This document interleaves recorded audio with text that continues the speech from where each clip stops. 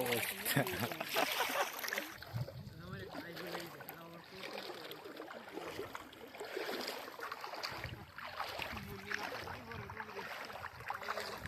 বিরাট বড় গাং পাড়ে দিতেছি রে ভাই, অবস্থা দেখ। একটা কাহিনী কই এখন, এইটা আমি আনছি হয়েছে ভারতের পাহাড় থেকে, এগুলা আনছি। নেওয়ার একটা উদ্দেশ্য আছে, বিরাট বড় একটা উদ্দেশ্য, এটা আমি সিক্রেট রাখি।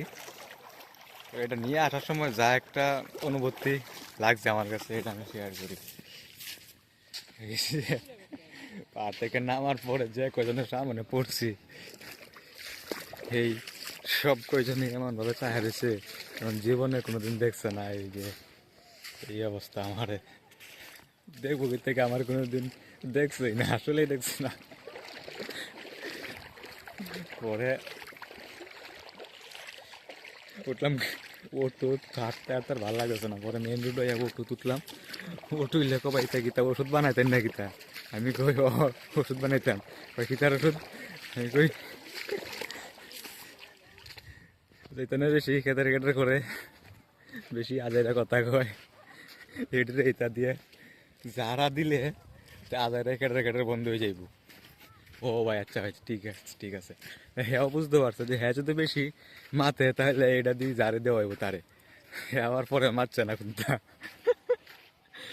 এখন যেটা হইতাছে, এই যে মরুভূমি একটা পাড়ি দিতেছে এখন, পেছনে যে ঝুমকা দেখা যেতেছে এটা হচ্ছে বাঁশঝার। আর এটা একটা মরুভূমি, ভারতের একটা মরুভূমি, হ্যাঁ ওই পাশে হচ্ছে বাংলাদেশ। ওই যে এখানে তাঁবু বানাইছে, তাঁবু বানাইয়া এখানে থাকে কিছু লোকজন, বিজিবি থাকে, এই বর্ডার এলাকাটা পাহারা দেয়। তো আরেক চেকপোস্টের সামন দিয়ে আইছি, বিজিবি কতক্ষণ তাকায় রয়েছে। এই এই আবার কোন পাগল, কিছু আর বলছে না। তারপর পাহাড়ের উপরে ক্যাম্প থেকে দিয়েছে, ও তাকায় রয়েছে, এটা কি লইয়া যায়। তারপরে আইসি বর্ডার হাটের এখানে, দেখেন একটা ফুটেজ আপনার দেখাইতেছি। এখানে দেখি এলাকার লোকাল পোলা বানতে বর্ডার হাটের ভিতরে বাইরে গিয়া টিকটক করে বিএসএফ এ বাসি কল করতেছে, বারে বারে বিএসএফ এর কথা শুনে না।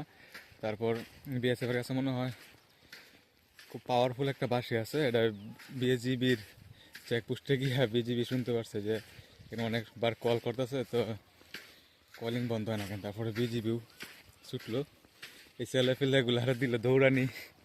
আমি যদি দৌড় দেই তাহলে আমারও দৌড়ে পরে, আমি আটটা আস্তে আস্তে আইছি, আইয়া পরে ওটো তুলছি। এখন যে মরুভূমি ফাড়ি দিতেছি, মরুভূমি বিশাল বড় মরুভূমি, এই দেখেন। এই যে এটা গাছের লত দিয়ে বাঁধছি, গুলম যেটা এটা দিয়ে পেঁচায় বাঁধছি, বান্ধা পরে ঠেঙ্গা একটা, এটা নিয়ে পাহাড়ে ঘুরছি। সাধারণ কোনো কাজে লাগতো তাহলে লাগাইতাম না, তারপরে এটা এভাবেই কাজে লাগাইছি। আরে ভাই পাহাড়ে উঠলাম, দিল প্রাকৃতিক চাপ, হাই রে কপা রে, কোনো মতনে চিপাইতে চিপাইতে বুঝাইলাম,